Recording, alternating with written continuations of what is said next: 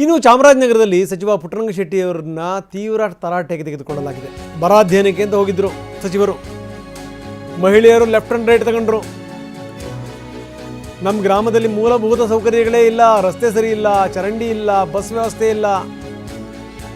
ಏನಿದು ಅವ್ಯವಸ್ಥೆ?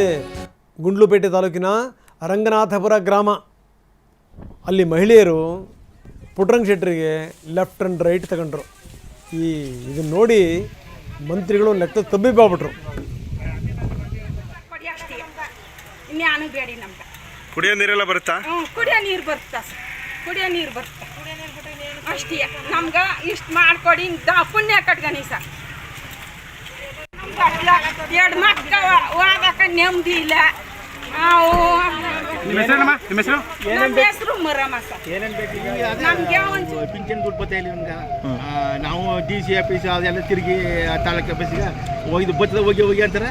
ಏನು ಬತ್ ಎರಡು ಮಕ್ಕಳ ಓದಕ್ಕ ನೆಮ್ಮದಿ ಇಲ್ಲ. ನಿಮ್ಮ ಹೆಸರು?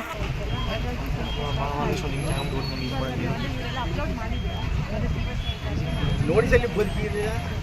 ನಾವು